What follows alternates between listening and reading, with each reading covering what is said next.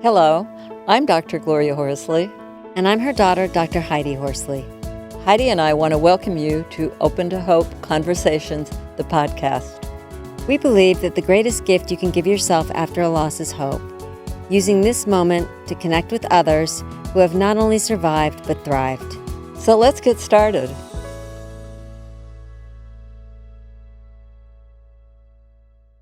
Welcome to the Open to Hope show. I'm your host, Dr. Gloria Horsley, with my daughter and co-host, Dr. Heidi Horsley. Heidi. We have got a woman from such an artistic family on today. Multiple losses we're going to be talking about today, and the impact and how you deal with them. So before we start the show and introduce our guest, I wanted to remind you that our new book, Open to Love, The Secrets of Senior Dating, is now out. It was written with myself and my fiance, Dr. Frank Powers, and we were both in therapists for over 40 years apiece. And then my husband passed away, as many of you may know, 3 years ago. And Frank and I ended up meeting on an app, Silver Singles, and we found love again. And so we wrote this book for all of you out there who are looking for love again. So we hope you'll go on Amazon and get our book. Anyway, Heidi, so introduce our guest. We're talking again about recovering from multiple losses. Okay, Mom. So we're going to talk today with Anne Peterson. And as you said, we're going to talk about dealing with multiple losses, something she knows a lot about. Anne is an Open to Hope writer. She is a poet, a speaker, and an author. She has written 42 Bible studies and hundreds of articles and blog posts. She has a memoir called Always There. Anne is no stranger to grief and loss. Her mother died when she was only 16 years old. Her father died when she was only 24 years old. Her sister died as a result of domestic violence. She has gone through 2 miscarriages and had those losses, and she has lost both of her brothers. Even with all of these multiple losses, she was not prepared for the death of her 14-month-old granddaughter, Olivia. And her tagline, Mom, is "Life is hard. I write words to make it softer." Welcome to our podcast, Anne. Thank you.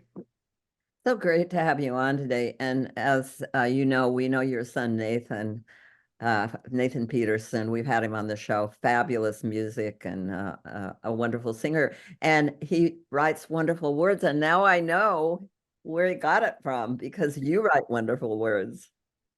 Thank you. So tell us, with all this loss, I know you've talked about your sister dying of domestic violence and all these losses, but as a grandparent, you're saying that the death of Olivia, and we've actually talked to Nathan about that also, was really impactful. Do you want to talk about that as a grandparent? Because I think, do you feel like that's a minimized loss? I think it was so different because when we lost Livy, I was watching my son hurt, my daughter-in-law hurt, and the kids hurt.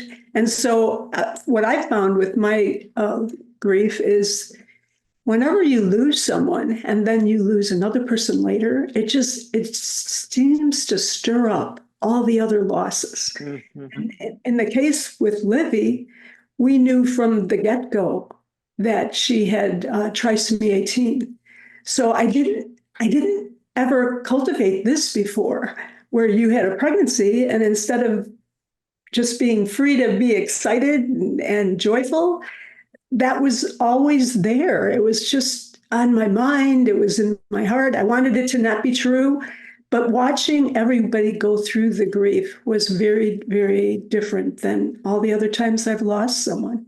Seeing your kids suffer ought to be really hard. I remember saying to God, I have a faith in God, and I've said, do you know how I feel? I'm seeing my son hurt. And it was like, yeah, God knows how I felt. He's always known how I felt. So that was really, really precious to me. But seeing the kids hurt. So and Anne, there's a few other things you brought up, which I think are so true. When you've had the amount of losses you've had, sometimes a new loss will bring up all the other losses. And at times I've heard people say, and this has certainly been the case and true in my case, I'm not sure who I'm grieving for right now, because I've got a lot of things going on in my head. It can get complicated. It seemed very complicated. And the people that I would have been helped through that loss were no longer here. So, Mm. because I had my Bible teacher, I would have talked with her, I would have talked to my sister, but she's been gone for years. It seemed very, very hard. And you don't talk to the person that lost it because they're dealing with their own grief. So Right. Well, and you didn't even have your parents because you lost both of them at a very young age. And so they couldn't help you navigate all the losses you've had since your early 20s when they were both gone. yes, that's exactly right. That's exactly right. I knew my sister would have been great because we were very, very close. And so having her gone, I think it's almost accentuated when you go through another loss because you think, it's really, really hard.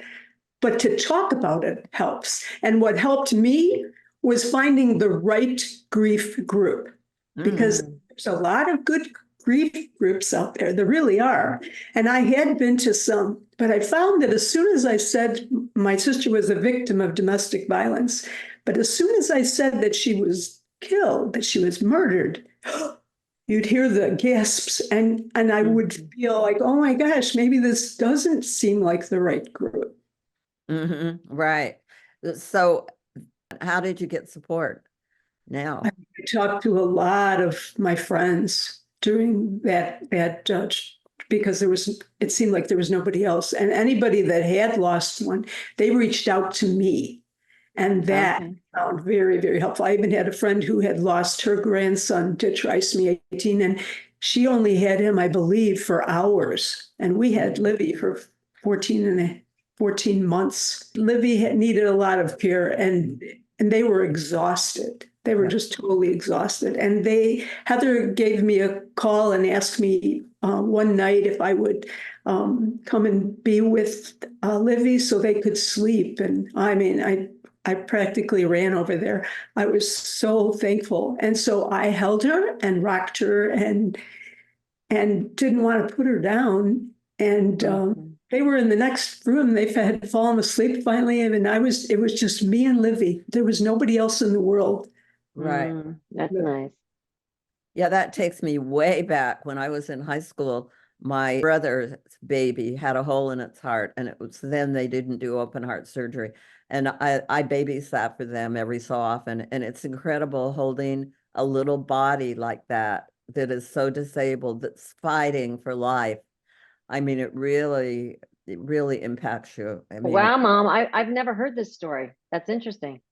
I remember That's him powerful. over my shoulder every breath, and he was a year old. Every breath was labored. It's incredible. Taking care of a baby's like this, as you're both saying, there's an intense connection between you and this little baby that is so dependent on you just to survive, basically. I was afraid to hold Livy, that I would do it wrong. There were just a lot of things that were involved. There's a park by my house, and it had one of those swings for somebody that's disabled. And I see that red swing and think, someday, when Livy gets bigger, I'm going to put her in that swing. And so that was hard after Livy died because I'd see the swing still. Yeah. And it didn't happen. The baby's death, you're grieving all the things you won't get to do. Right. So you're grieving the future that you're no longer going to have. And I'm also wondering, as a grandparent, did you feel like you got support from friends and other people, or did you feel like they were always asking you how Nathan and Heather were doing? I think because I was sharing their posts, they knew how they were doing. But people knew that it was really hard. But you have to understand, when we were going through that, she wasn't supposed to even make it to her. They didn't tell me that. They probably knew that would have been too much. And I was with the kids to bring them to see their sister. So when Nathan called to say, would you bring the kids now to see their sister? He didn't say, she's doing fine. He didn't say anything. And so I'm going, not knowing, am I going to be with her for a few minutes? Is she okay? He just didn't say. He probably didn't know. Yeah. And so truth was they didn't even know that they were going to be bringing her home. And Mm, I didn't know any of that. Right. mhm. So tell me, looking at all your losses and looking at way back, starting losing your mother at 16, what do you think has most helped you? The writing is really therapeutic for me. And I used to write before my mom died. I would write all the time. And when I was in fifth grade, I won a writing contest and got to go downtown Chicago and talk about my shadow, who was my little 3-year-old brother, but I didn't let on until the end. And so I was one of the winners, and I got to go and I got to recite the story, and it was a wonderful experience. And I knew I want to write. I want to write. So I would write little poems all the time. When she died, my poems got pretty deep when she died.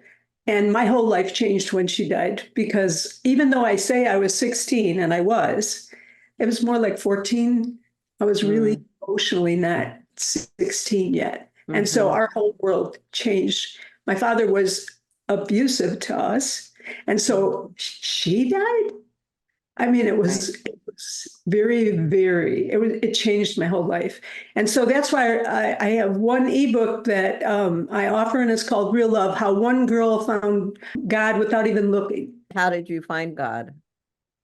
I went to a Bible study, and when I was at the Bible study, this woman was talking, and we used to be Greek Orthodox because I was a very religious person before, and I sat there probably thinking, maybe she needs a savior, but I'm doing just fine.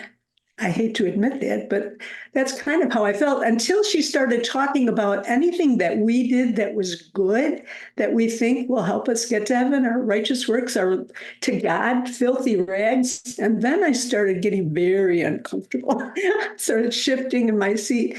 And she's the one that told me about what the Bible says about all that. And I accepted it. And God helped me with every single loss I had, every loss. And that's why I wrote a book called Always There, because he was.